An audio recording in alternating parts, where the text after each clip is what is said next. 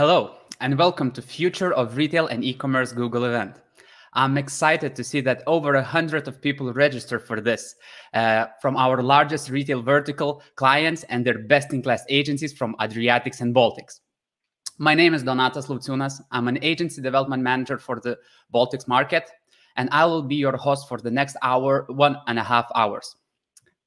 Few things first.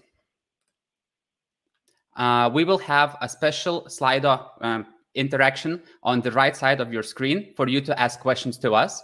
I hope you can find it, or you can visit Slido website. You should see it right here with an event code #retail2021. And feel free to ask any questions you would like. We would love to address them at the end. What's in it for you? We will have 5 Google Swag prizes for the best questions that you answer. And it is definitely worth it. I highly recommend you and encourage you to participate. Now, today we have a full team of expert Googlers, from your familiar account consultant that you have been working with hand in hand for quite some time, to our Google experts in various tools and solutions. Additionally, we have invited our industry-leading guest speakers from our agencies that represent retail clients and will be able to share some really interesting stories with you. For today, we have handpicked the most meaningful updates, trends, and case studies for the retail sector, and which are specifically applicable for the Baltics and Adriatics market.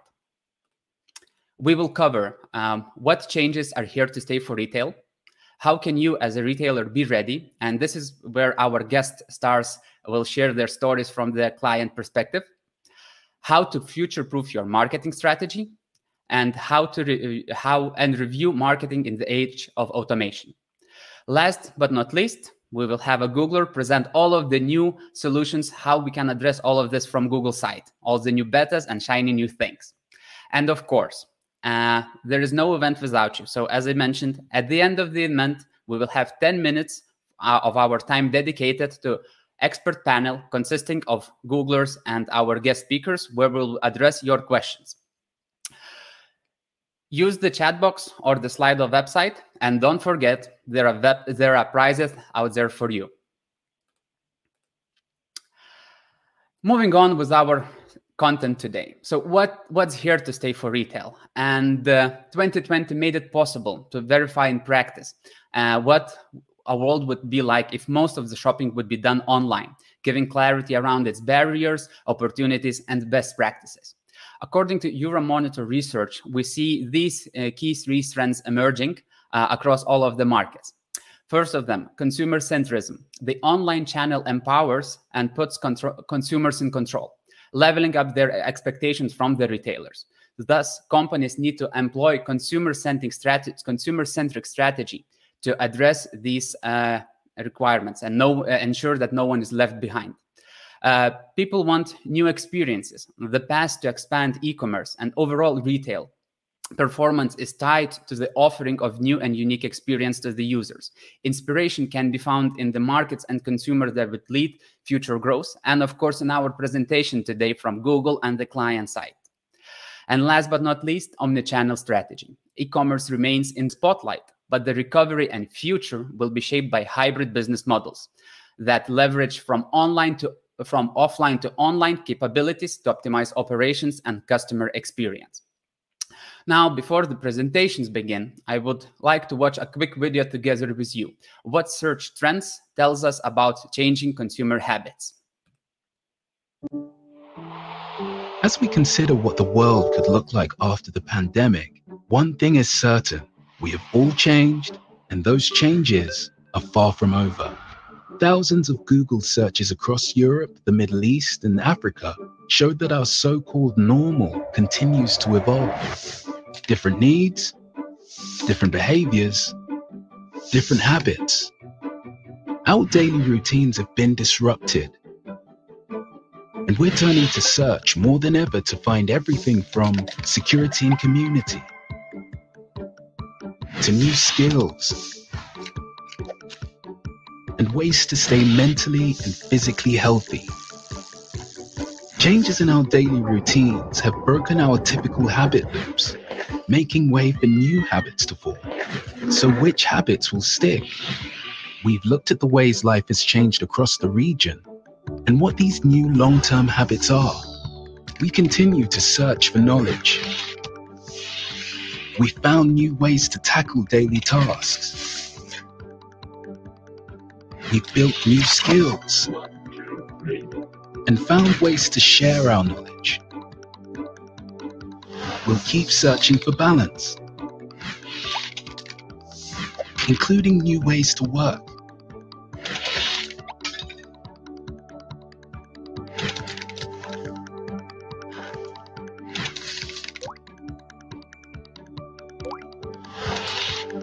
Better ways to unwind.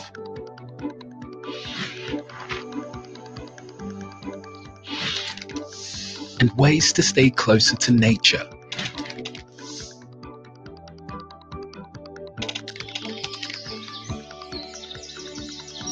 And we'll keep looking for fun. After social distancing measures saw us looking for occasions to celebrate remotely. New ways to eat out at home.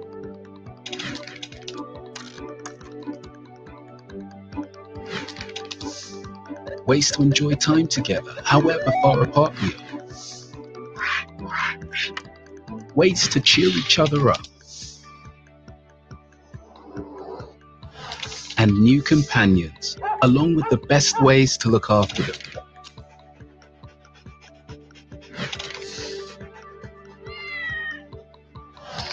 We've also been finding, and will continue to find, the unexpected.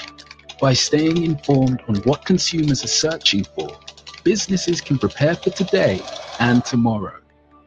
Find your customers and be ready for what's next.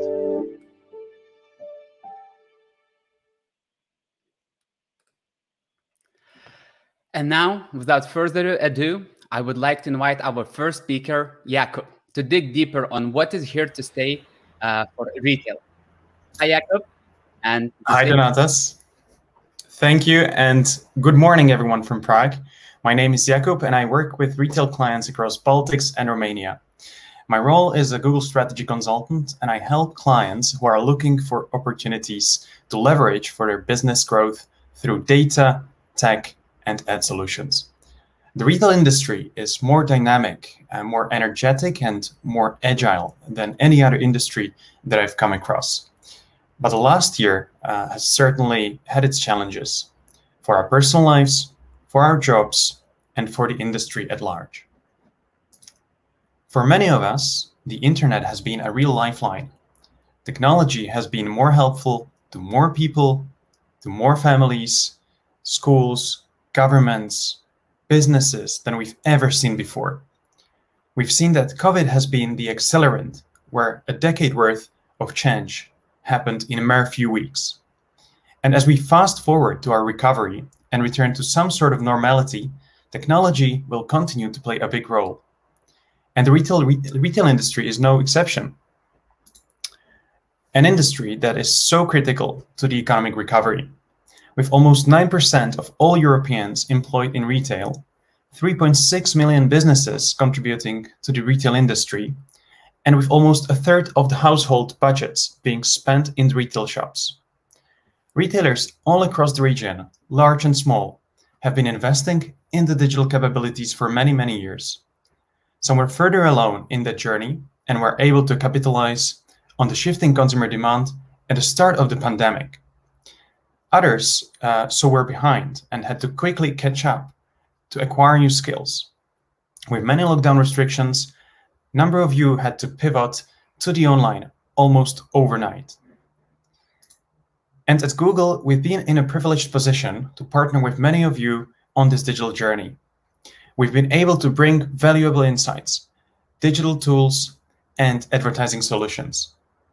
And now today, it's all about getting ready for peak 2021. So today we'd like to show you how our solutions can help you achieve your business objectives. One of the questions that comes up in almost all of my customer conversations are which changes are here to stay and which ones are to fade away as we return to some sense of normality.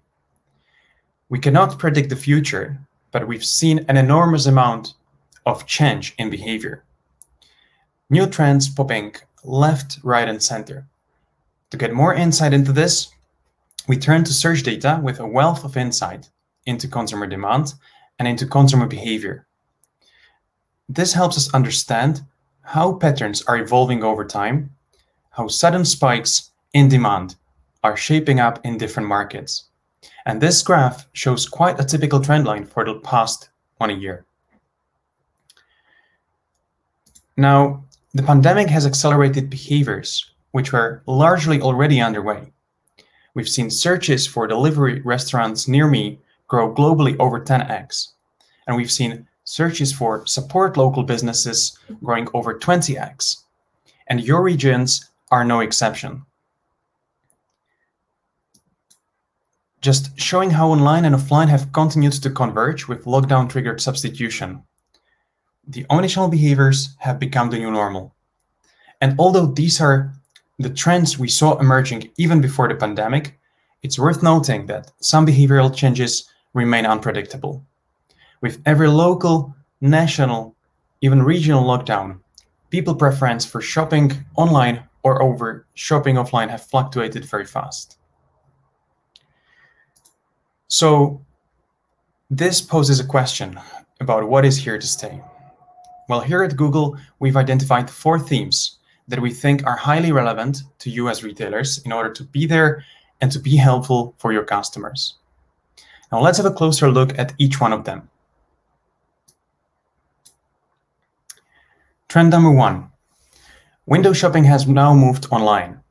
In a world of ongoing lockdowns, browsing and seeking inspiration in physical stores was often hard. So we saw people using digital no longer just to find specific products, but to actually find inspiration. Searches for ideas on Google.com and on Google Images have surged rapidly over the last year. Take a virtual birthday party ideas, which surged by more than 1,000%, or business ideas, which grew by more than 200%, or bathroom ideas, which jumped by 500% year over year.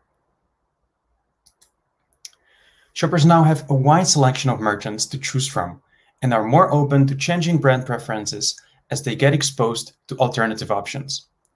Just recall the last time you shopped online, the sheer amount of options to choose from. This requires retailers to work on online awareness and engagement. It requires a successful online engagement strategy to appeal to shoppers' willingness to experience, to learn about, and to connect one-on-one with the brand. We see this hugely on YouTube as well, where 70% of shoppers surveyed said that they bought from a brand after seeing it on YouTube. In their quest for inspiration, we've also seen shoppers put mobile apps at the core of their shopping journey. We see indexed searches for mobile apps increase since the start of COVID. Mobile apps are experienced as often as extremely rewarding, easy to use, and delivering the best brand experience. And we expect them to become even more fundamental to shopping experience in the future. For many retailers, apps will be the core part of their strategy for delivering personalized experience, which would drive also the customer retention, loyalty, and engagement. This new online window shopping behavior is set to continue. Shopping has always been a deeply social experience. Even though the first couple of decades of e-commerce have largely been about the transaction, this new era of e-commerce is starting to integrate much richer experiences, social aspects of shopping, and that creates new and exciting opportunities for retailers to connect with the shoppers. The opportunities range from helping them finding the right products to, of course, ultimately convert them into loyal customers. And this is also the way in which Google solutions are being developed. The second trend that is here to stay is that consumers expect more. Consumer expectations have risen, shoppers expect better value, extensive delivery options, and as we face more economic uncertainty, they're looking for better deals. We see this reflected in search terms as well. On the left are the rising queries, such as promo codes. And on the right, we see growing searches for best. This example is for Estonia, but you can try looking up your own country of focus. Of course, delivery as a search term is on the rise as well, but not just for expected items, but also for more unexpected items. Let's take a look at doorstep delivery for items such as meat, milk, and vegetable boxes. This has driven a new wave of business opportunities all around the world, as we can see on these articles from the past year. And of course, these trends will constantly fluctuate, as we saw at the start of the pandemic, when we saw a sudden rise in searches for toilet paper all over the world. This example is for Serbia, but again, you can select any country of choice, and the same would follow. We know now that the trend quickly faded away. Other trends are here to stay, such as loungewear overtaking the smart casual. It's essential that brands keep up with a constantly changing demand of consumers, that they remain agile and they react quickly to these changes and they adapt. Those businesses that do these best will create competitive edge, and it's therefore absolutely essential that you start really putting real-time insights at the core of your decision-making. Make this a top priority in order to make faster, smarter, and more agile decisions. Let's move on to the trend number 3. Omnichannel behaviors are here to stay. Our decision-making as consumers has become ever more complex. We add and refine, we move from online to offline, and vice versa. We switch between devices, and we're faced with an abundance of choice. The where we shop, when we shop, and what we shop is constantly influencing our decision-making. During our study called Decoding Decisions, we identified the messy middle, showing that the purchase process is no longer just a through straight funnel, but that it's more of a loopy process that goes from trigger to exploration to evaluation and swooping back and forth until the decision is reached. And it has become even messier in the last year. So as we see habits broken and new ones are yet to be formed, our decoding decisions has taught us that simply showing up can really impact the consumer decision-making when they are exploring and evaluating, and while they're closing the gap between the trigger and the eventual purchase. Being where the consumer intent is the key for the retailers. Ensuring your brand is present online and offline will help consumers navigate this messy middle as effectively and efficiently as possible. And it makes sure that when they're ready to purchase, they have your brand top of mind.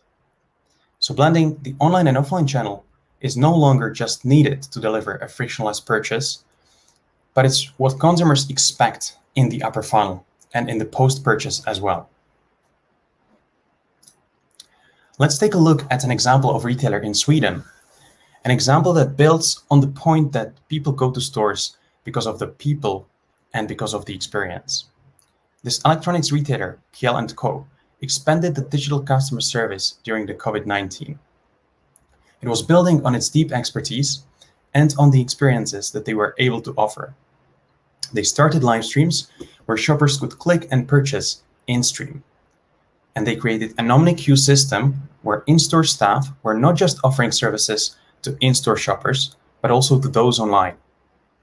And lastly, they introduced personal video shopping to take advantage of the physical store and take it into the digital living rooms.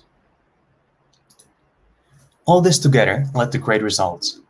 Over 100% e-commerce growth in 2020, 10,000 viewers on their live events, with conversion rates of up to 17%.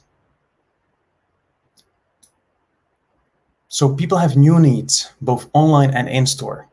To do this, you need insights about what people are looking for, and you need automation to enable you to be there when you're needed, to be agile enough to seize the opportunity to help. Staying on top of changes and having teams that can apply lessons quickly as the changes are developing in consumers' minds is often difficult. And this is where automation comes in, and products like smart campaigns or machine learning powered recommendations in Google Ads become incredibly helpful. Use automation to keep up with the constantly evolving consumer demand. The fourth and final trend that companies should expect to stay is the rising expectation in the online privacy. We care about our online privacy, arguably more now than ever before. The Interactive Advertising Bureau in the UK found out that 70% of shoppers are more likely to buy from a company that they deemed to have acted responsibly during the pandemic.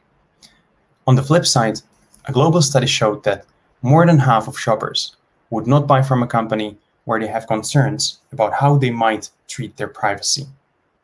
People want control, they need to give permission, and they deserve to know how their data is being used. It's about embedding privacy and building trust across all the different touchpoints of a consumer journey. It's about collecting the first-party data that the consumer is willing to share with you, and it's also about answering the following question. What does the customer get in return for the data that they give you? We know from our most recent work with the Boston Consulting Group that the top performing retailers build consumer trust by using privacy-safe first-party data solutions. The research found that companies which were able to better organize the first-party data can double their incremental revenue from a single ad placement. So there needs to be a clear, valuable reason for consumers to want to share their data with you and engage in this relationship. What is the upside for them? Are you giving them an early bird notice that a new line has dropped online or in store by a brand they love? Or are they quickly able to see if the product they're after is actually in stock so they can pick it up or enjoy quick delivery? Building trust is something you do every single client interaction. It's an opportunity to further build on that direct relationship and strengthen the bond of trust with your shoppers.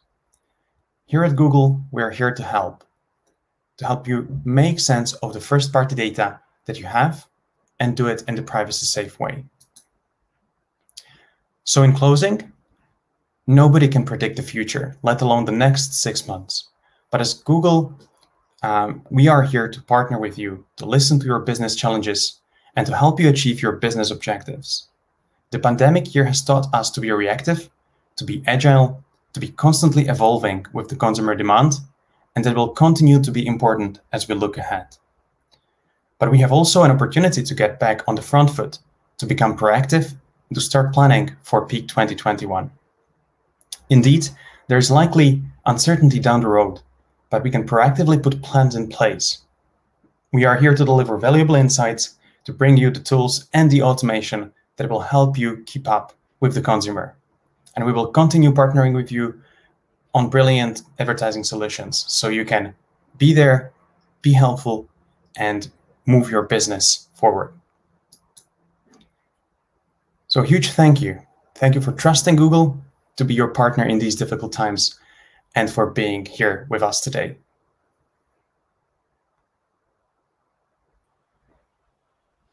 Thank you so much, Jakub. And I totally agree with you. And especially on the one thing that the first-party data and especially the ability to properly use it is becoming the new oil for the advertising industry. So thank you, Jakub. And to the audience, if you have questions to Jakub, please visit you just saw it below, #retail2021 at Slido, or if you're watching through YouTube, because we had some issues with the website, you can add your question there in the comment section, or there is also should be the chat box available for you to add in your questions. Now, moving further, I would like to we're moving to the stage where we'll be having our guest speakers from Baltics and Adriatics talking about their retail experience.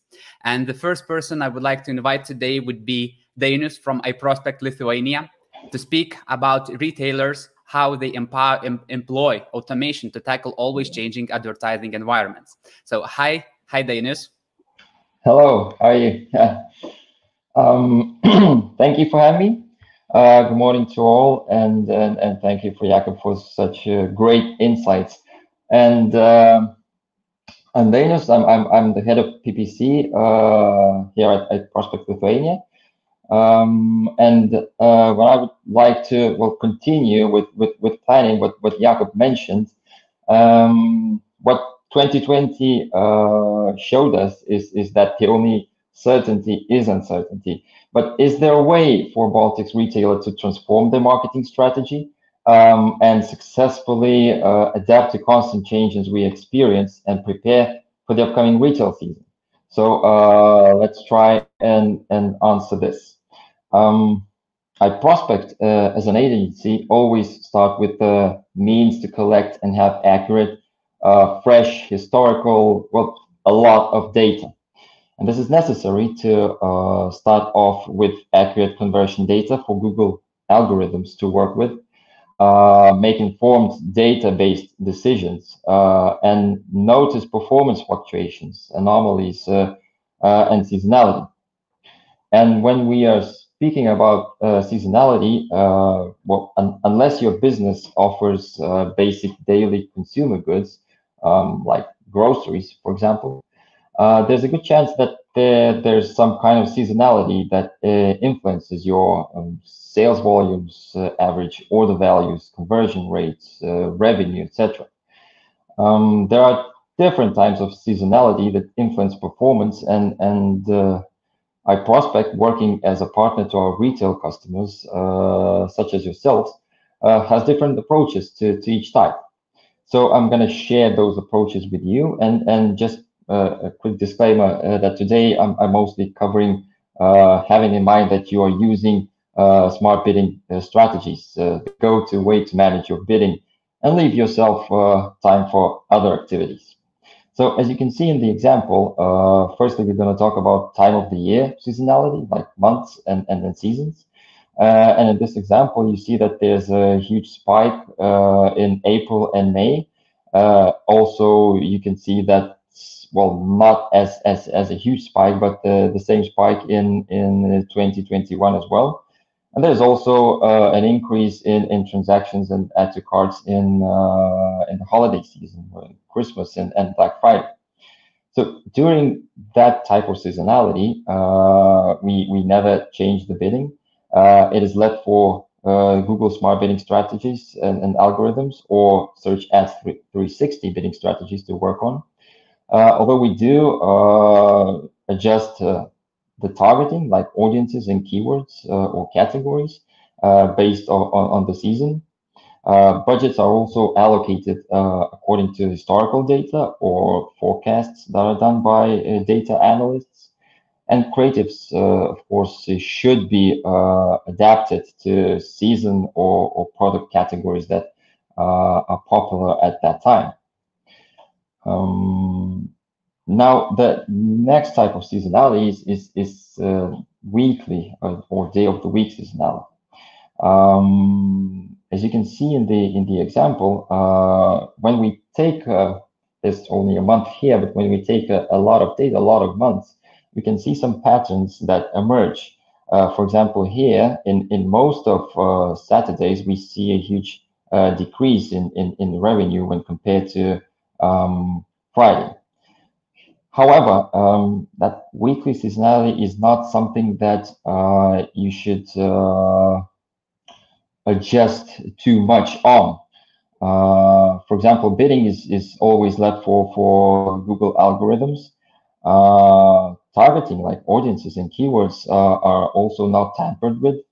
In very rare cases, budgets are adjusted slightly for significantly worse or significantly better performing days, and creatives like visuals and ad copies run continuously.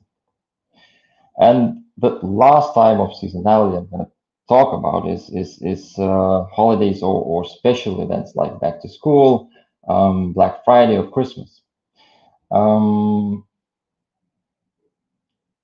When it comes to bidding, I'm trying to find the correct words. The key here is not to over adjust.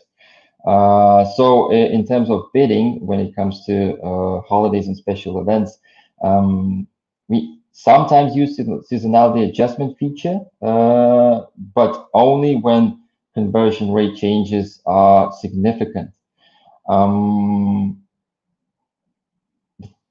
Targeting audiences, when it comes to audiences and keywords, they are left well, intact, and budgets are carefully increased to capture additional volume, but also it needs to keep in mind that you should not over adjust or overspend, and creatives are also adapted to the event or product categories. Looking back to 2020, seasonality impact either shrunk completely or was even more highlighted, depending on the category of your retail product.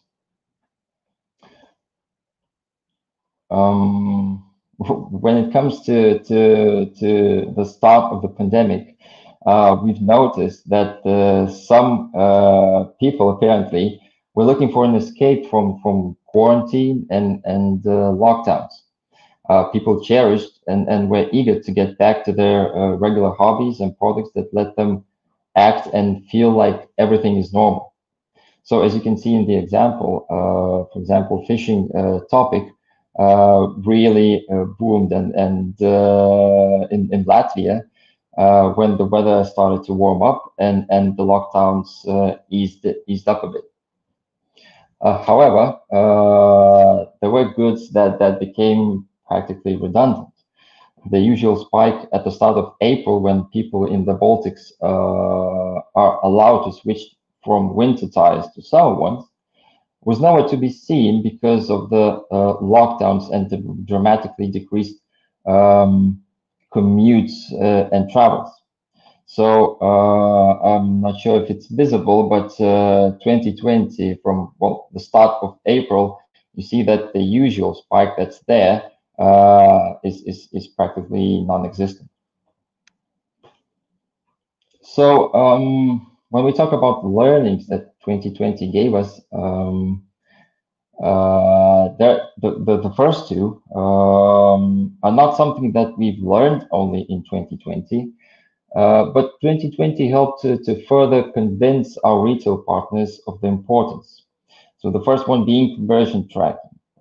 Retailers who pulled the plug and fixed their conversion tracking at the start of 2020, and by fixed, I mean that they started tracking on conversions that really mattered to their business, gained a massive advantage as the year unfolded. And the second one, mix of always on and promo campaigns. As a retailer, especially if you're e-commerce, it is essential to have always on performance campaigns like search campaigns and dynamic remarketing, and occasionally support them with additional display and video for promotions. And the last but not least, already Jakob mentioned of the importance is automation. Smart bidding whenever possible, DSA feed campaigns for search, which really let you unlock and capture what the consumers are in demand for at this moment, which you wouldn't able to keep up with if you ran the campaigns manually and added your keywords manually. Dynamic remarketing is essential part for every e-commerce, and making use of responsive creatives to have enough time to work on a strategic level. So to wrap up for 2021, here would be the key takeaways.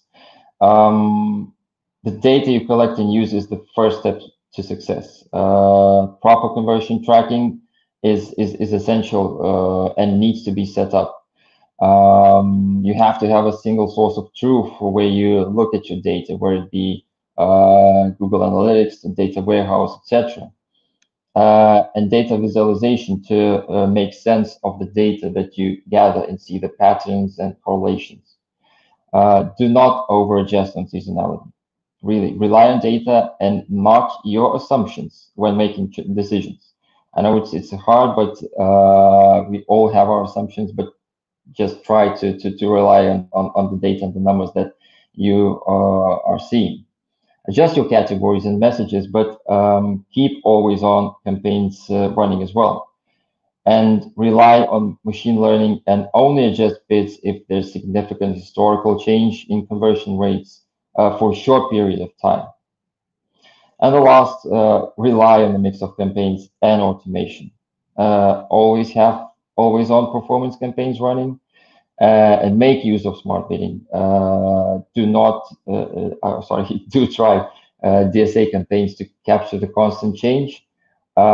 Invest in accurate and up-to-date page and product feeds, and use dynamic marketing. So thank you for your attention and your time. And thank you, Denis. These are excellent insights why you should trust automation to adjust to constant changes that you might not even be aware of. Definitely. And yeah, thank you, Denis. Now, let's move to Croatia. I would like to invite Zoran from Escape Agency to talk about how to scale with profit. Okay. Hi, Zoran. Hi, all. I hope you can hear me well. The stage is yours. Okay, thank you. Can you hear me fine? Probably yes. Okay.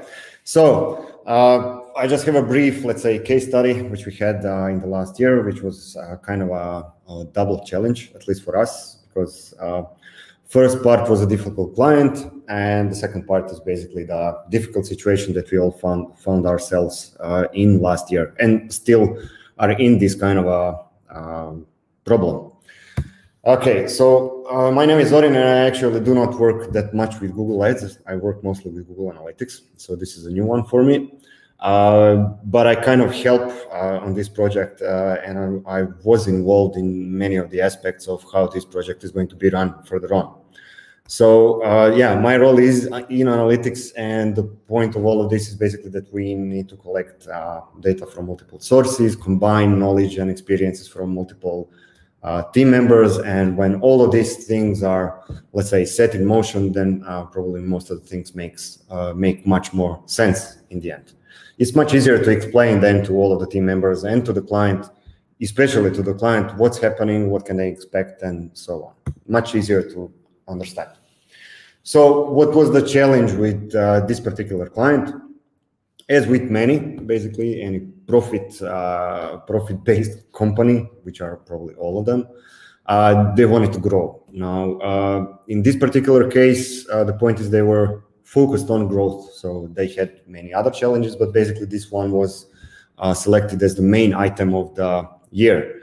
And there are a couple of things that were in line, meaning that these were some additional, let's say, things that made even much more sense to select a specific direction and just go with it, basically. So it was a test and trial like event, which is now basically the basis for all of the further experimentation that we do with the client. But the point was quite simple. So the question from the client was, yeah, we want to grow, but the point was not just increasing the budgets, because in most cases it just goes out of scale, the control and everything. We cannot rationally say, okay, the budget itself is the reason for the increase in revenues. It usually is not the case, and at least if we grow in revenue, the quality of this kind of growth and if we can sustain this kind of a growth is probably always in question. So the key point with these clients, or let's say the starting point with this client, was there was an extreme share of brand-related conversions. Even if we had linear attribution model and everything else turned on, and in some cases, it's some kind of a trick, and you can also test it. In some cases, linear is much better than DDA.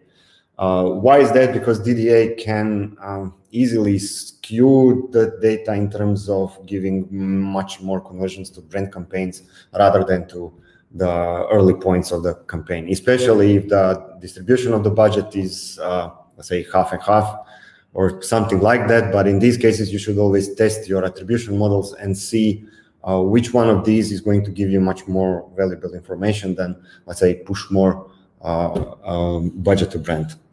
Which in this case was not an option, because this is not a growth strategy, is basically just a utility strategy, which does not get you incremental revenue.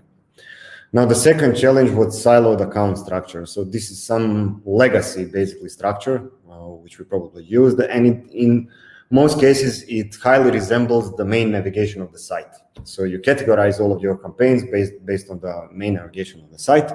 And then you just budget basically all of these campaigns, and it makes sense. It's easy to navigate, easy to report, and so on and so on, but it's plainly wrong. So if you have these kinds of campaigns and you use it, you structure it like this, you're probably not going to learn much about the search terms and the profitability of each of these, let's say, search term silos. And if you are going to, let's say, have some kind of a complex structure, then don't use, let's say, these kinds of main navigation items, but rather get some information from the client and do it profit-based, I don't know, any kind of monetary variable that you can get, just get it inside ads and make the structure based on this. There is also basically in this retail landscape, there was a heavy toll basically on this account because of the competition, and not by direct competition alone, but with the price comparison sites and so on. So it was a big mess. Now the client wanted to grow, they wanted to scale, but it was a definite must that any kind of scaling should be profitable, or at least explainable, or let's say we wanted to learn where this profit can come from, let's say from specific areas of the account. But based on the historic data that we had, it wasn't that kind of an easy process to learn from, because it was limited. It was highly biased, basically, because if you do this siloed account structure, you basically you think this part of, let's say, keywords or search terms is going to convert. But on the other hand, using machine learning and basically DSA was a big win for us, and also for the client, especially for the client, even for Google, because they increased the budget. So in this particular case, the scaling needed to happen in a fast pace, meaning that we definitely needed machine learning, because it can generate a lot of ideas in a short amount of time. And now the biggest, let's say, bonus for us, I mean, it's not a good thing to say or an okay thing to say, but COVID really helped online retail. I don't know how to say it any differently, but basically every online retail store just pump with revenue, spending, and everything else. So it was just a question of who's going to get first on the market and who's going to be logistically prepared for this kind of an increase in demand. So it was not just a question, okay, we can scale and we can just push a lot more budget and generate more revenue, but can this actual company make sure that the logistics are going to be scalable as well? So the shipping and everything else was spot on as well. Because of the long-term, let's say, reputation damage and everything else. So they were in a quite good spot with it, so they didn't have any issues with it. So the approach was quite simple, basically, because the solution was simple, the approach was simple as well. So we wanted to scale, but we knew that we needed to, let's say, do more outreach. So brands, there was even an idea to just stop any kind of brand advertising or remove it in a different account, because we just wanted to have this, let's say, silo information where we store only generic-based conversions. So we get a more detailed information on who's responsible for, let's say, early attraction, utility, and then the conversion part. But in any case, DSA all the way, especially if you have a high number of SKUs. So in this case, it was unreasonable to, let's say, do a siloed or skeg, structure so that we can manipulate on such a micro level. Machine learning here is the way. Basically, you heavily rely on what Google is giving you as a product. And in some cases, it makes sense. In some, it doesn't. But the majority of cases can produce much better results. And in this case, DSA was a quick win. Basically, it almost immediately started generating great results and generated lots of ideas. So not just, in fact, on what you need to advertise on, but where the demand is, where the competition is, and most importantly, what you have to do with the site itself, as DSA is heavily reliant on the fact that your site is built properly. Basically, your SEO is spot on. Along with that, there was this smart display campaign, and it falls just into line with the whole approach of 24/7. When everything is online, you basically have to be online. So it's everything was built on top of this 24/7 idea. So regardless of the medium, basically is going to be a display or search or even YouTube in some cases, you just have to be 24/7 present. And it makes sense, and it definitely made sense because the approach was followed with smart bidding strategies. This was especially relevant because we got extremely useful information from the client in terms of profits. So it's not only revenues, but profits. So when you have profits and you can map it to your efforts inside Google Ads, it's basically a no-brainer in this case. You have clear targets, you have clear function of each of these campaigns, and you can scale with it with ease because reporting and everything else makes complete sense, even to us and to the client. And it basically draws you a line of where to go itself. Now, the question of maintaining the account itself, it's also mostly on Google, because if you use DDA and make the budgeting and everything else work in a almost completely autonomous way, then you can start working on completely different things. Understand the product, understand the purchase cycle and everything else, deal with the creatives, deal with the site. But this kind of a sales engine shouldn't be tempered so much from that point on. You basically give Google and this algorithm the best data that you can provide, meaning even conversion adjustments and things like that, which is the next step for this specific line. But the point is just feed it with as much quality data as you can, and then just leave it alone. And play with creatives, play with the site, play with promotional action, activities and things like that. The sales process and everything else is on Google in this case, which, yeah, it's a great thing. So the results were quite astonishing. These were not organic results. Now, we cannot say, okay, this is all on us. It's definitely a part of the COVID situation.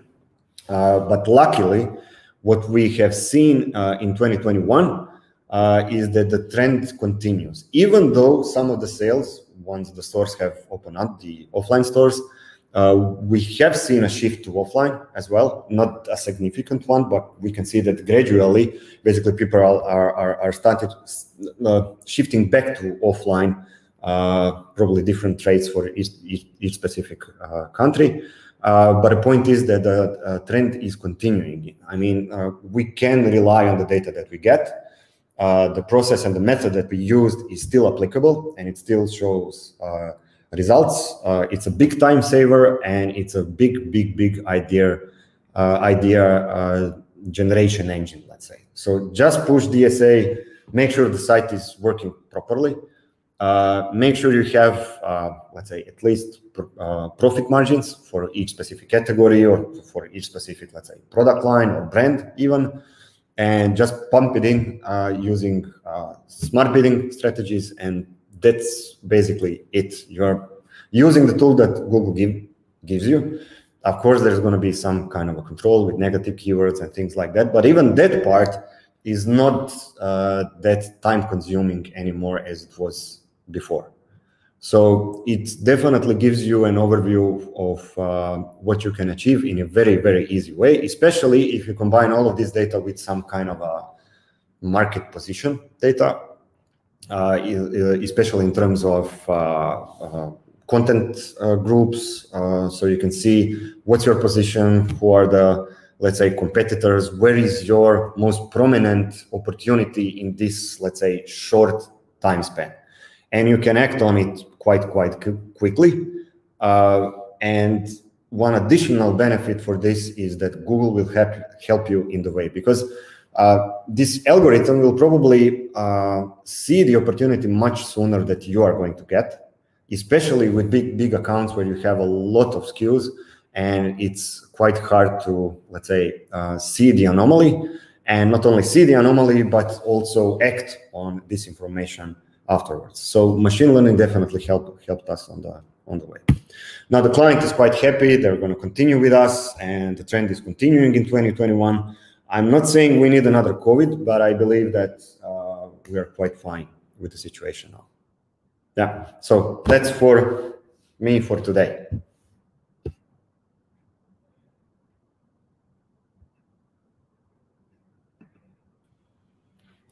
Thank you so much, Zoran. And I'm hearing from you an overarching theme of importance of the data and the quality of the data and the automation to make use of it. And I wanted to echo for everyone on the one thing that you mentioned as a no-brainer, as you all already advanced to the stage where you're using smart bidding to optimize towards profit, while still there is a huge opportunity for a lot of other retailers who are still yet focusing on the total revenue and value. So this is an excellent case, and thank you so much for sharing it and sharing it that it definitely works when you connect, business targets to the Google system, and it brings it to you. Thank you, Zoran. And now let's get back to the Baltics again. I would like to invite our next speaker, Annika, from Nobel Digital Agency, to speak about the success case from the omnichannel retailer Sportland. Annika, hi, passing it to you. Hi, greetings from sunny Tallinn. So I'm happy to speak about Sportland and how they found success thanks to COVID via online strategies. So what was the challenge for Sportland? Many of you probably already know the group, because Sportland is a well-established sports retailer that operates in Estonia, Latvia, and Lithuania. And although they are really old brand and well-established, they did not have e-commerce functionality on their website. And now you can imagine what happened when COVID hit. So all the physical retail stores would close. No one was exactly sure when they will open again. And if it happens that you do not have e-commerce functionality on the website, you need to start acting really quickly to make sure that business goes on and you still get those sales that you would usually get from offline, that now you need to get from online. So this was a really big challenge. So what we needed to do, we basically needed really quickly, under the time pressure, to build the whole e-commerce approach for Sportland. So we started by just looking at all the marketing funnel and putting together the e-commerce strategy. So everything from the awareness stage, when people just discover the products, to the remarketing campaigns where we're actually pushing the consumer to buy. And of course, we used a whole mix of Google channels, video, search, Google Display Network, and also non-Google channels in these funnels. So now when we had the funnel, we also needed to know what our goal is. So we needed to start optimizing for correct events. So we set up a set of micro conversions, which is looking at the website, looking at particular products, maybe checking the product sizes and if they are available. And then, of course, the macro B conversions, which would be then online sales.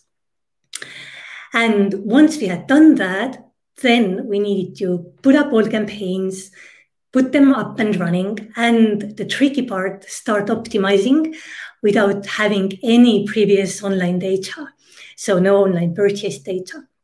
So for that, we did a lot of experimenting. We experimented with ad copies, with keywords, and of course, we used smart bidding function and all the opportunities that smart bidding allows us to do. And our goal was to maximize the conversions that now we needed to get completely from online instead of brick and mortar, and also to make sure that whilst we maximize conversions, we also have a really good ROAS. And how did it go? Well, it went really well. So we actually managed to increase the rate of transactions from Q4 to Q1 1.8%, and this despite of COVID pandemic and Sportland's retail being almost entirely closed, or in the end of the quarter, just like occasionally being open and then closed again. We also managed to have a great increase in ROAS, which was over 200%. And thanks to bidding strategies and smart strategy, we also managed to decrease our CPA by over -55%. So how did we do it? Well, as mentioned before, we used a mix of different channels. From Google channels, notably search, because it's really important to be present. And especially as Sportland didn't have e-commerce before, it was really, really crucial to let the clients know that now they can have the whole product selection online and that it can be delivered to them really, really quickly to their door despite retail being closed. We also use display campaigns to communicate new products, offerings that they had, and also all kind of new display formats, such as, for example, Google Discovery, which worked really well for us. And of course, we couldn't get around from video ads, and notably YouTube. We used YouTube heavily in the awareness stage, just letting people know that Sportland is there online, but also we used much more conversion-oriented formats such as YouTube TrueView for Action to get the actual online sales in. And on top of all these different formats, we put smart bidding strategies to make sure that we get all the relevant customers and that we also maintain this quite high ROAS target. And yes, well, thanks to this really fast switch from a total brick and mortar retailer to e-commerce, we managed to turn out fortunes during COVID. And not only did we maintain the sales volumes, but we also introduced Sportland to e-commerce in general. And now they have acknowledged that e-commerce actually is a really, really big part of their overall marketing mix. And although brick and mortar stores are now open, and as mentioned before, people do love human contact and they do love going to store, but they still like going online, and they still like window shopping online, making their decisions online, maybe even if they go after to the brick and mortar store. So what we see in the future is that online remains a very, very important channel for Sportland, and they are definitely going to invest more, develop more, and we are working on the best ways of how to unite both brick and mortar stores and online marketing, and how to measure correctly and set the best and most efficient goals for both. And that is all from me. Thank you very much. Thank you so much, Annika. These are amazing results, and I'm happy to see that Sportland saw the importance of the online business and how it is shaping the e-commerce environment for them. Now, let's move back to the Googlers. But before that, as always, don't forget to ask questions on Slido. We're already getting them, and thank you so much for who already asked them in both YouTube and Slido. But keep on coming them, and we'll address them at the end. And now I would like to pass the stage to our measurement guru, Kirill, to speak about the next generation of measurement. Kirill, off to you. Thank you, Donatas. Thank you, everyone, for the amazing insights, for the amazing cases. And of course, thank you, our listener. on this beautiful summer day, you choose to hear something about the future of retail, and this is admirable. My name is Kirill. I'm ADM of Ukrainian market, and I'm real fan of measurement solution. And today I will talk about next generation measurement solution. I will be happy to talk about these topics few hours, but I appreciate your time. So I focused on 4 main components of the next generation measurement. So today we will talk about one Google tag and why it's so important to update your analytics on your site. We will talk about enhanced conversion, about consent mode, and of course, we will talk a little bit about Google Analytics 4, just floodlights, the main components of the next generation measurement. So when we start to talk about measurement and why it's so important and nowadays, we need to understand that at this time, we found on uncertainty times because we have 3 main trends of measurement solution.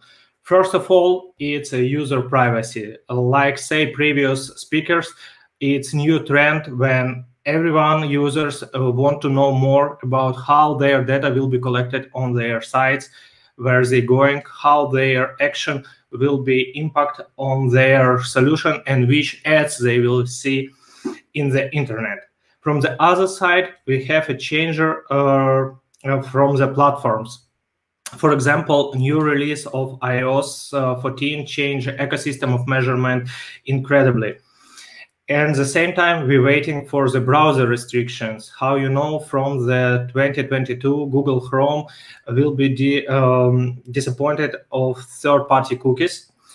And we have already this in Mozilla Firefox and other browser restrictions. And sure, we have some changes of the policy and legacy regulation.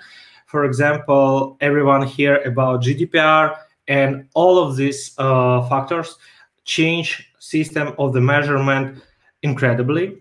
So it's not surprising that 71% of the marketing team from the Europe, it's even 2 times more than in other continents, understand that the adaptation of working with user data is their main priority for the next year, if it will be true for the many next years.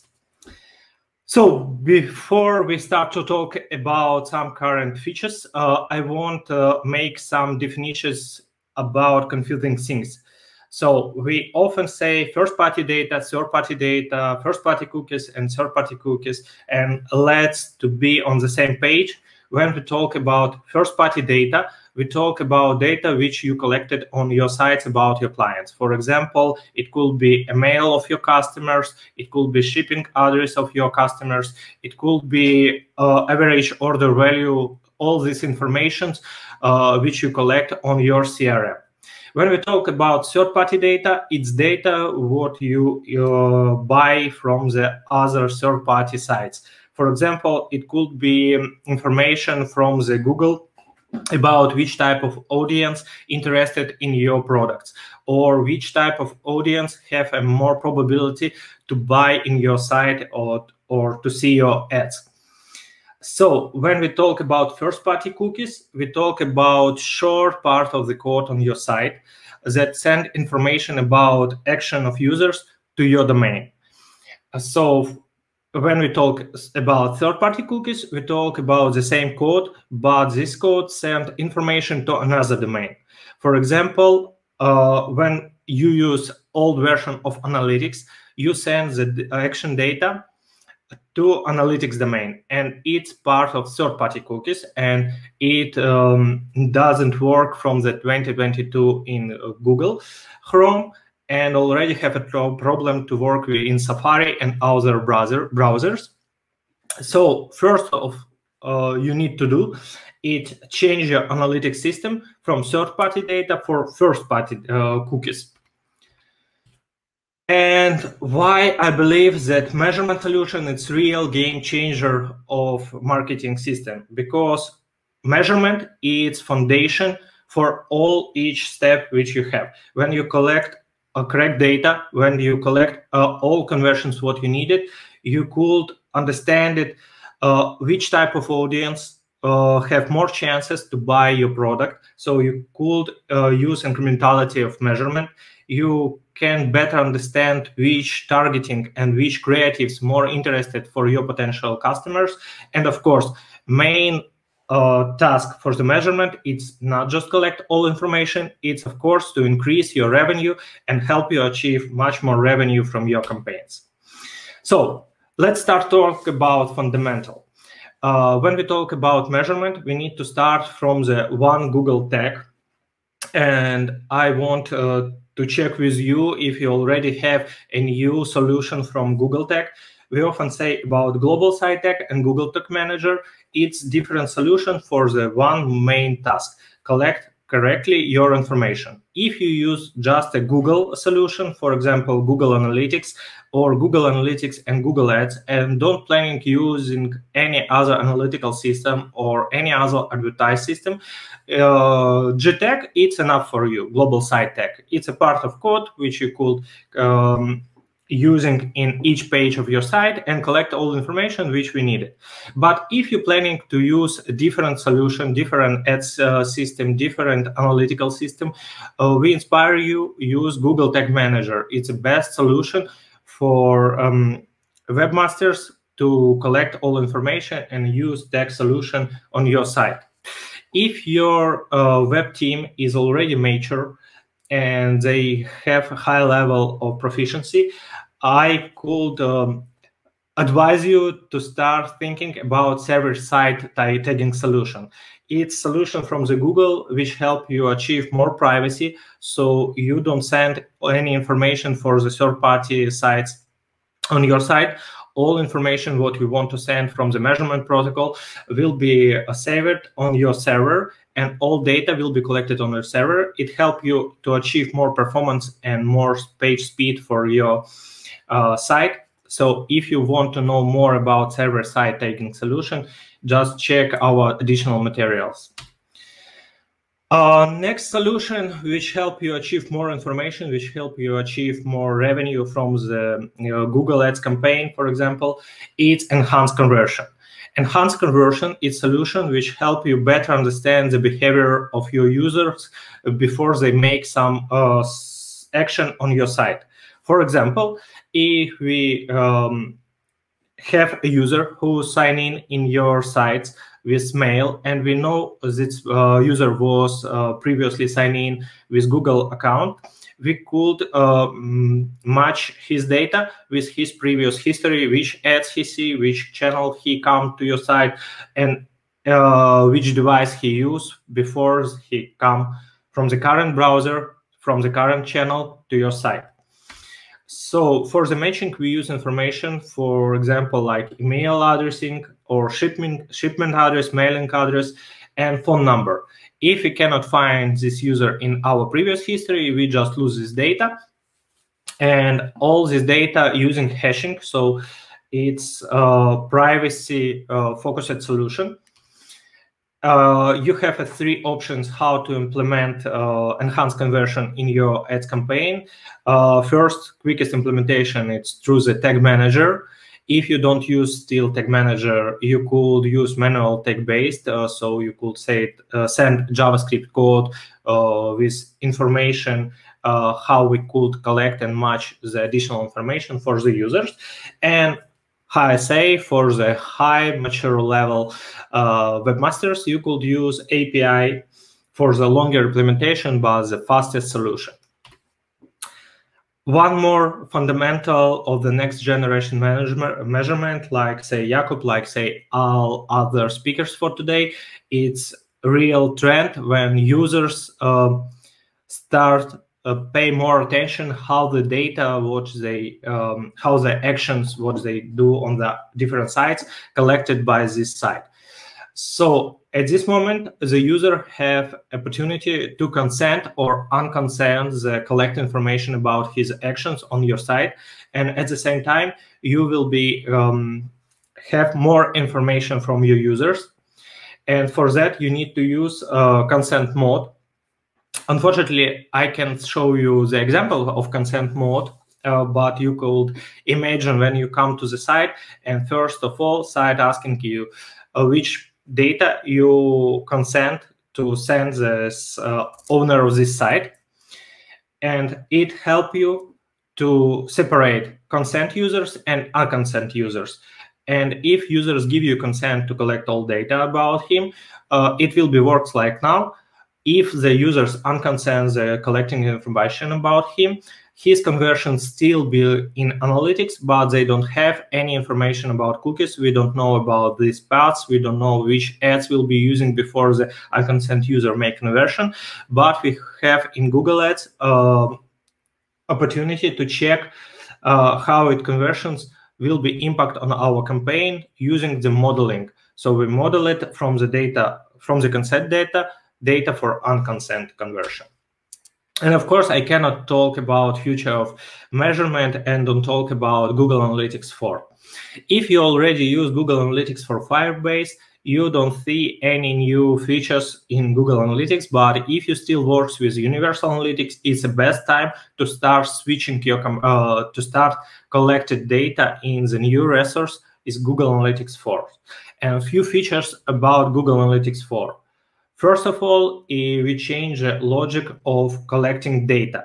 If in Universal Analytics we collected data on session-based, and each of your users and each of your report, the main basics, it's session from users. In the new Google Analytics 4, main what we have, it's events. So what users do on your site, from what devices they do on your site, and it helps you to create more complex marketing view of path of your users in your ads campaign. And of course, you have opportunity to create more flexible reporting and achieve more information, because we don't have we have higher limits for Google Analytics 4. Like I said previously, main focus for us is privacy-centric measurement with cross-platform insights. So we help you with Google Analytics 4 to require each needs from the policy and legacy to collecting data from about your users and about their actions on your site. Also, in Google Analytics 4, you have more resources for using machine learning and predictive analysis. If in Google Universal Analytics, you could know everything about past of your users on your site, in Google Analytics 4, you will know more about their future actions, because we have some forecasting for different audience for probability of making conversions. So it opened for us new opportunities to using different type of attribution, different machine learning system to achieve still much more results from your campaign by the different channel. And also Google Analytics 4 give more freedom for your developers, because first of all, you have integrations with BigQuery data, and you could collect all data from the Google Analytics 4 and match it with your CRM data and achieve more insights and have a much more wide marketing view on the market. So in the final of my short speaking about next generation management, what should you do from today? First of all, check your update of Google Global Site Tag to easily collect first-party data on your website. Second, create more value-add opportunities for people to leave the mail, to leave the numbers on your site for starting to collect first-party data like so early like it possible. Third, you could use with Global Site Tag enhanced conversion to collect more data and understand better the behavior of your users. Don't forget to set up consent mode to give users opportunity to give your permission to collect the information about his behavior on your site. And if you still don't use Google Analytics for properties, it's best time to start collecting data with your current Universal Analytics and just add the new properties from Google Analytics 4. So that's all from me, from my side. Donatas, I will be happy to give you a mic. And for listener, I inspire you to ask more questions for Q&A session for today. Thank you so much, Kirill. And thank you so much for stressing the importance to the first-party data and addressing the key actions you need to take for this changing privacy ecosystem. Now, let's move to the topic on how to empower the data for your marketing with Google automation. I would like to invite smart bidding expert Alexandra to the stage. Alex, hi. Hello, greetings to all. How are you today? I hope everybody's fine and enjoying the day. I will be with you for the next 10 to 12 minutes and talking about some hands-on optimization tactics. Happy to be here. Happy to share from my experience, just a bit of a background from myself. I've been working with Google tools for almost 8 years now. And in the next slides, I will share with you some tactics from product best practices, as well as my experience with working with Google products and how we can handle rapid shifts in demand and how we can handle seasonality. So let's start from data, right? Because that's what we have discussed today, how the importance of data. And I want to share with you 2 examples to discuss based on them how can automation help you stay agile and relevant, and how can these shifts in demand can be seen in Google Trends. So, for example, let's start with lawnmowers. Yeah, just an example, and how we can see in Google Trends this shift in demand, and how seasonality can behave a bit different from year to year. So if we look on the left-hand side, we can see that, for example, in 2021, there's a similar seasonality as the past years, right? COVID also, in COVID times, also the seasonality stayed the same, but now the peak is a bit different. That's a shift. That's a shift that we have to use tactics to prepare for. And if we look on the right-hand side, we can see how this demand is seen on a daily basis. And you can see here that in some days the interest peaks and in some days the interest drops. If you look on a second example, this example is for jewelry, very different kind of seasonality, very different kind of COVID impact. So on left-hand side, same graph, we can see the trends for the last 3 years. And we can see, for example, with red, how the disruption in COVID was seen in the jewelry category. Although if we look on Q4, there seems to be a similar interest, and this is what we call a seasonality interest. Also, seasonality can be seen in February. If we look on a daily trend for this year compared to lawnmowers, we cannot see, for example, an increase, but we can expect to see similar kind of increases in December. So these are the things that we discuss when we say that different categories have different seasonalities, and machine learning power tools can help you deal with this. But you also have to do your input. And in my role in Google, this is what I do. I help agencies and clients how to best use these products and how to leverage automation to address this evolving and dynamic consumer behavior. And before we start on tactics, let's agree that smart bidding is just the first step, right? So let's assume that everybody's using smart bidding, but switching campaigns to smart bidding is not everything, right? You have to properly use the targets, properly budget, and properly do maintenance. And this is what we are going to cover today with 4 tactics. Tactic number one relates to how to use the budget.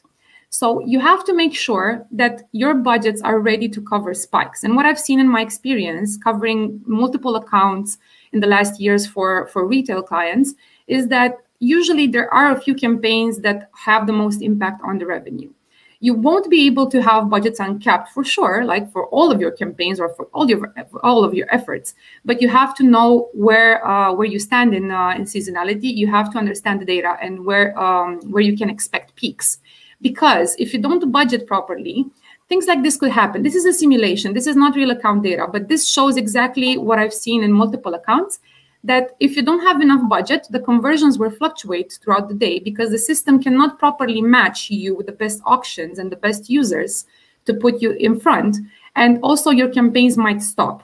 For example, you might see the campaigns altogether stop at 7 o'clock and you're not serving ads at all in some days in the evening. This needs to take some time in order for the system to show you that you're limited by budget. So be careful. And my recommendation is to add budgets 25 or 30% higher in order to account for different spikes. And usually the blocker for adding higher budgets is that a little bit of planning needs to be here, because otherwise this will count as overspend, right? But using Performance Planner, you can predict this, and you can talk to your clients or stakeholders about how to budget properly before those spikes happen, and really look into this, because this can bring you a lot of opportunity. Tactic number 2 relates to how to prioritize automation products and how they work together to achieve your best results, and how they can help you stay agile in this shift of demand. And it's real, folks. You cannot anticipate how people will search for your products. We see in Google 15% of queries every day that are new. And this is another example. Let's say you own a home and deco shop. You will never imagine all the ways in which a person can search on Google for your product. And if you look on somebody's search history, for example, here, you might say that how to decorate my kitchen is not the term that will convert. But you might be wrong. The system can actually match different kind of queries that for you might seem wrong, but in theory can convert very well. And then the question that we usually receive is, okay, we can use broad match to capture more demand and see how we can match more user queries. But how do we start? Where do we start from? One place to start from is from the recommendations tab. Yeah, so Optimization Score can show you the broad match queries that you can use. But also a very good tactic is to actually look in your own sets of data. This is also an example, for example, an Excel report that you can pull out from your data. And you can see where 70 to 80% of your conversion value is coming from. And if you see that those keywords are exact or phrase match, these are very good candidates for you to start a broad match test.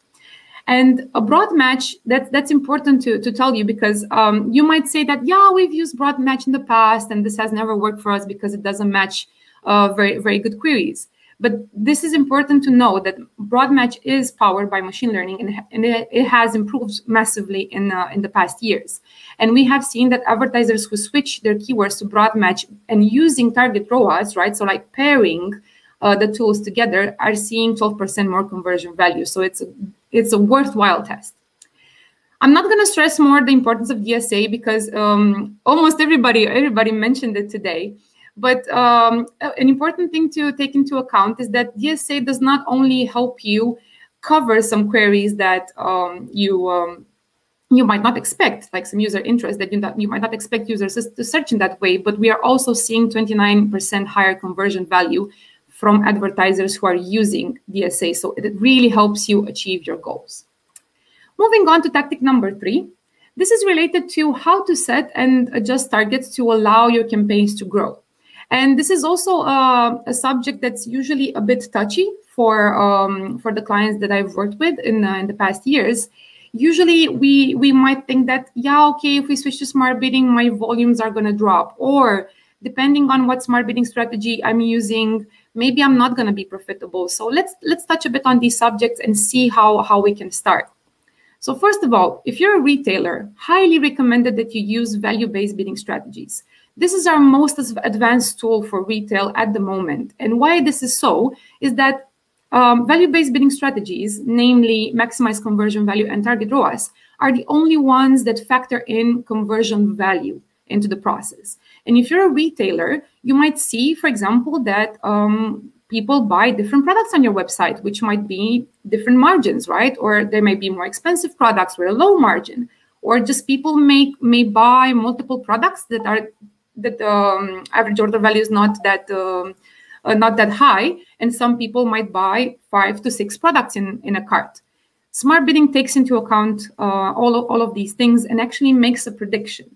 If you don't use as a retailer, if you don't use value-based bidding strategies, you might see that you have missed opportunities. So you're not entering some auctions where bids should be higher and where you could have the potential to gain a higher value customer. And at the same time, you might be overbidding for just clients who are not buying the products that you want. So here is a sweet spot that you can tackle with. And what we see is that retailers that move from conversion-focused strategies to conversion value-focused strategies are expected to see a medium uplift of 14% in conversion value. it really works as a strategy. Really try to test this. And if you're a retailer and running campaigns on target CPA, see how this shift impacts your revenue. And now let's see where we can start. Also, because if you want to switch campaigns, or if you want to upgrade some of your campaigns to other bidding strategies, you might say, oh, okay, where can I start? Because I want to keep my volume, but also want to be profitable at the same time. So I would suggest start from your historical data and what the UI recommends. So if you have, for example, manual bidding campaign or target CPA campaign, maximize conversions campaign, and you want to switch to target ROAS, usually the user interface would recommend a target ROAS to start from. That's a best practice. Start from there and then adjust. If you don't have historical data, you can start with maximize conversion value that has the same prediction, and then in a later stage move to target ROAS. As a step 2, we recommend that you regularly check your targets in the bid strategy report and see where you can uncap budgets and where you can make small adjustments. And I really want to focus on this, small adjustments. The major problem that we see when campaigns on target ROAS are not performing is that our advertisers are doing very aggressive adjustments, or they're doing them very often, 3 or 4 times per week, and then the system does not have time to process those changes. So make sure you are doing the changes at the right time, and do small incremental stages and in steps. And last but not least, prepare for your peaks, because you have to be aware when you have your sales events and where your products will start on a seasonality trend. And let's see how we can handle that. Tactic number 4 is how you can efficiently control smart bidding to prepare for these peaks, and how you can add an extra layer of control to capture more opportunities. What we see in our data is that from advanced technologies such as machine learning, advertisers would benefit and would have just an average of 20% more value out of using technology. But when you add human input into this, because you guys have a lot of information from the client, from different stakeholders, like commercial department, you know when your flash sales events are starting. If you add that input as an extra control to smart bidding, then you can achieve 15% more on average.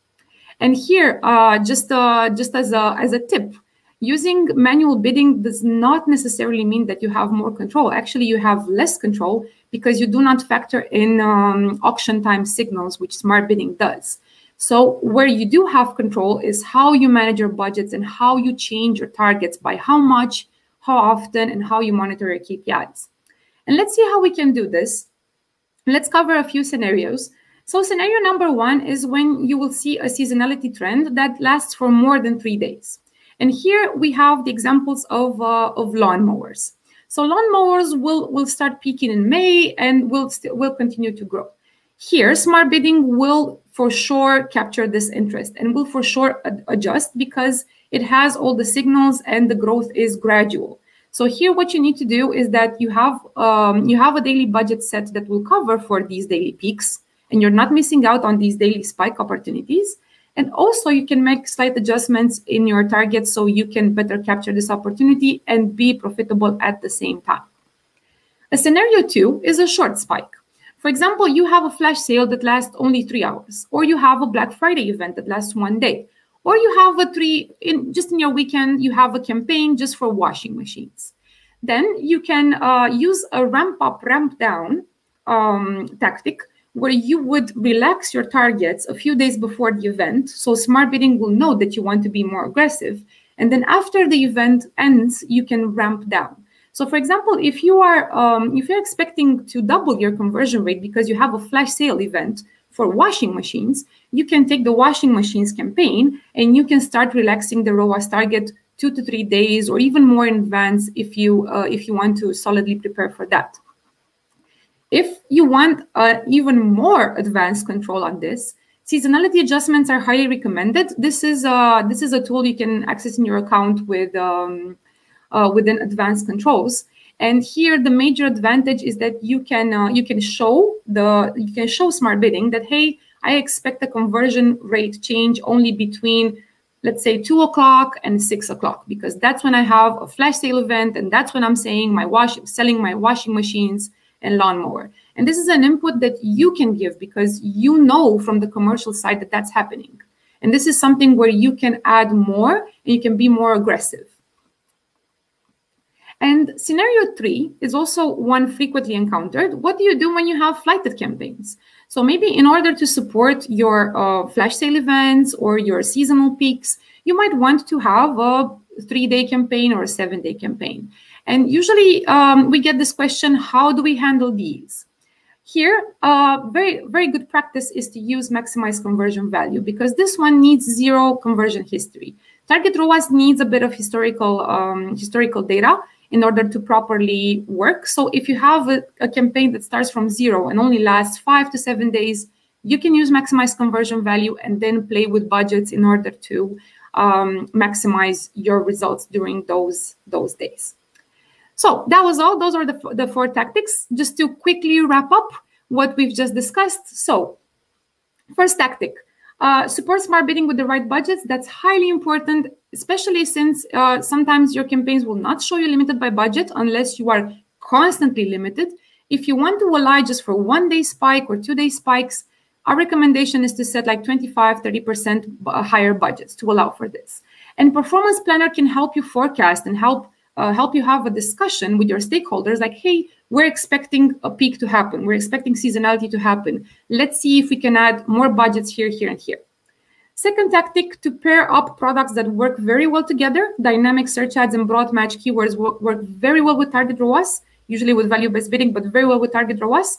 And for dynamic search ads, a good practice would be to use website index and feed as well. Third tactic, how to set and adjust budgets. Start from what the user interface recommends and make small incremental adjustments and then monitor your results.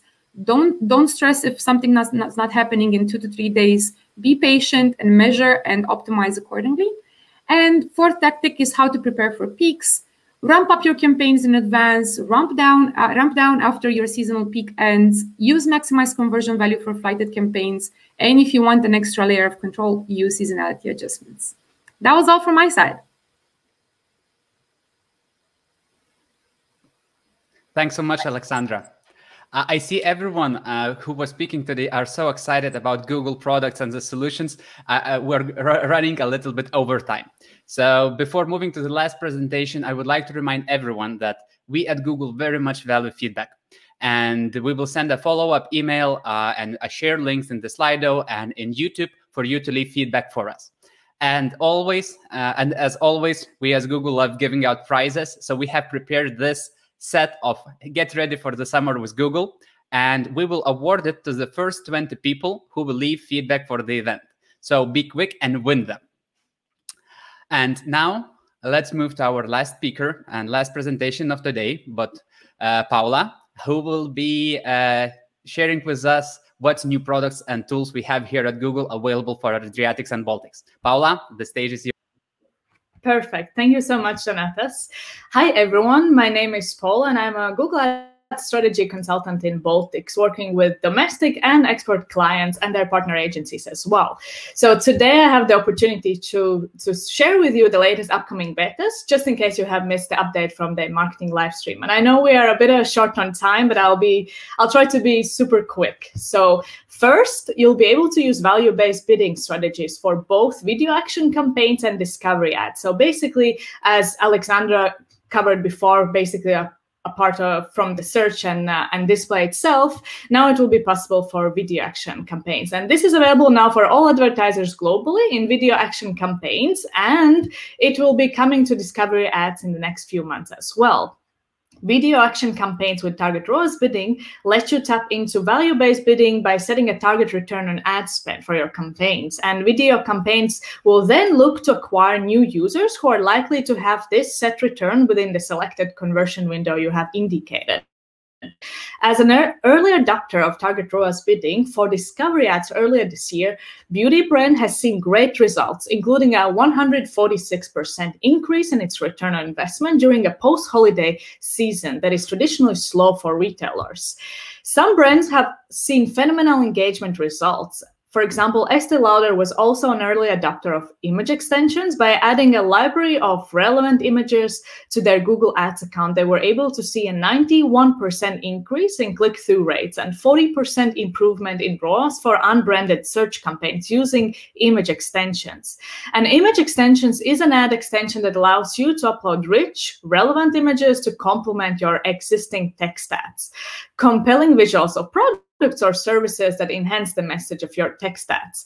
They are now available for all geolocations and languages.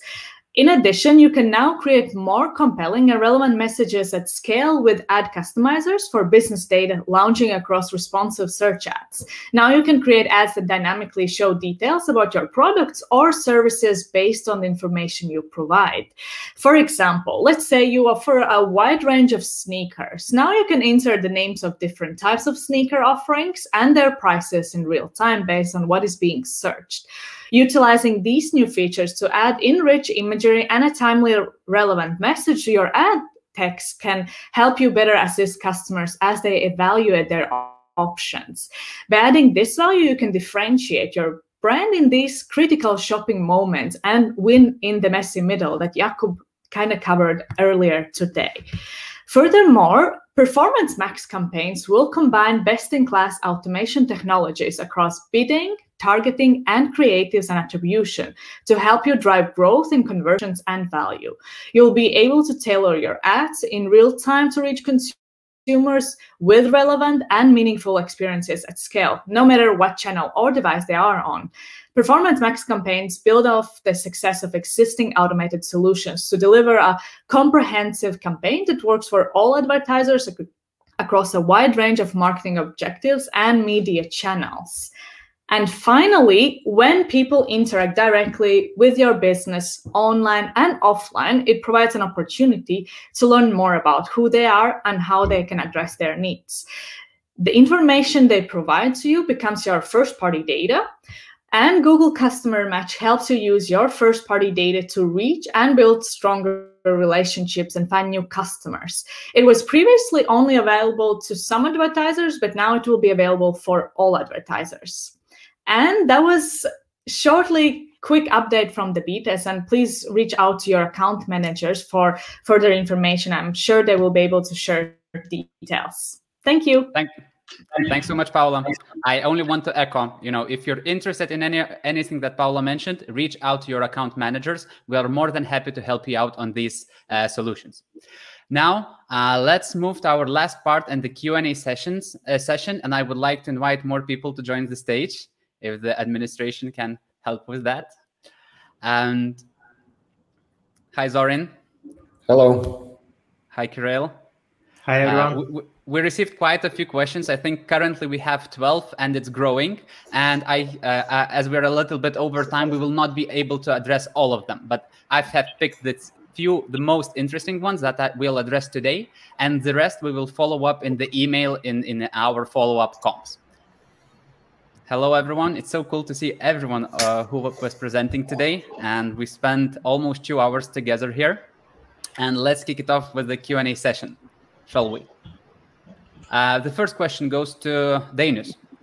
Would you recommend only using DSAs going forward without the regular text ads? First, thank you for the question. It's a very good question. We get that often. It really depends on how well optimized on the SEO side your website is, or how well your page speed is prepared. If you don't have these two well managed and prepared, then most likely DSA campaigns would cause you some trouble. But anyways, always try to test them. But if it's your first DSA campaigns, leave your regular search campaigns, manual campaigns on just for a while until you see that DSA campaigns started off with suitable performance. Okay, understood. Let's move on. Next question goes to Zorin. you mentioned, oh yeah, we were talking a lot about the profit-based bidding. So the question from Anonymous, you mentioned that sharing profits and bidding towards that. How is that possible, Zoran? Okay, nowadays we have so many possibilities to import, let's say, this profit-based data inside either Google Ads or Google Analytics. So the first part is basically just put explicit data inside the payload, meaning Google Ads conversion tracking, and you are not actually reporting on revenue basically, but on profit inside Google Ads. But since this data is so sensitive in a way, because you don't want your customers to know about the profit margins, you can use offline conversion import, you can use measurement protocol in Google Analytics, you can use offline event import in the new Google Analytics 4, you can just plain simply, you can actually map all of these values to Google Ads and just make sure that you have some kind of a lookup table, and later on just align ROIs, let's say, with the profit margins that you have for each of the product, let's say, assortment part. And it also depends on how granular you can go deep inside. Are you going to do the main group of items? It depends on the distribution of margin, basically, for the entire assortment. But it's definitely the easiest way is just to map all of these items with Google Ads, meaning that you map the ROIs inside Google Ads with the business data that you have, and then align these metrics so it makes complete sense. Cool. And what I'm hearing from you, it was not a very hard task to implement this, right? No, once you have the data, there are basically multiple APIs that you can use for all of this to work. And it's not even that kind of a technical big deal nowadays, because all of it is quite open, all of it is really simple, and it's quite well documented. Especially with the GA4, which is now going to be available with the offline event import, which is a bit of a different thing than we were used before with the measurement protocol, but it's going to be much easier to do that. Okay, I'm happy to hear that. And definitely, yeah, because of the data sensitivity, yeah, that's going to help definitely. Cool. I'm really happy to hear it from the client side or agency side, because a lot of the customers are afraid of sharing this data with us, and being able to anonymize it or use index values or etc. to make it compliant or trust us. Is happy to hear that you managed to implement it yourself. So I highly encourage everyone to reach out to your Google account managers if you're not yet doing profit-based bidding. Now let's move to the last question to Annika. You just mentioned that Sportland wasn't even selling online last year. How do you balance now offline versus online sales and advertising efforts? Anonymous. So we try to have the maximum out of most is the easy answer, right? So yeah, we do want to continue two roads, meaning that we want to have as many online sales as we can, but we also want to try people to store. So short answer is that we have two sets of campaigns. So one is purely to try online sales, and we have conversion goals and conversion value goals, and we are measuring exactly these really hard performance targets in this campaign and allocating budget accordingly. And then we have another set of campaigns, which kind of their primary goal is to drive footfall to the stores and awareness. And we measure reach or product checked availability goal, or this kind of more store visit goals. And we have different budgets. And of course, we use different kind of channels for this campaign. For example, we use local ads more, we use awareness more, video more for this campaign. So yeah, that's the short answer. Two campaigns with two very concrete goals, and see how they work together. But the main thing is to actually know what you want to have. If you want to have online conversions or store visits, and then when you invest, you know what you get out of it, and you have realistic expectations. And of course, guys, we would love to have the footfall measurement feature enabled. I don't know how possible is it in Baltics, but yeah, this is the discussion we'll have to continue offline. I totally hear you, and same goes for shopping. We all of us are waiting when this will be available. Of course, we don't know anything yet. Now, I wanted to thank all of the speakers. It was a great privilege to have everyone of you here today sharing your insights from both Google client and agency side.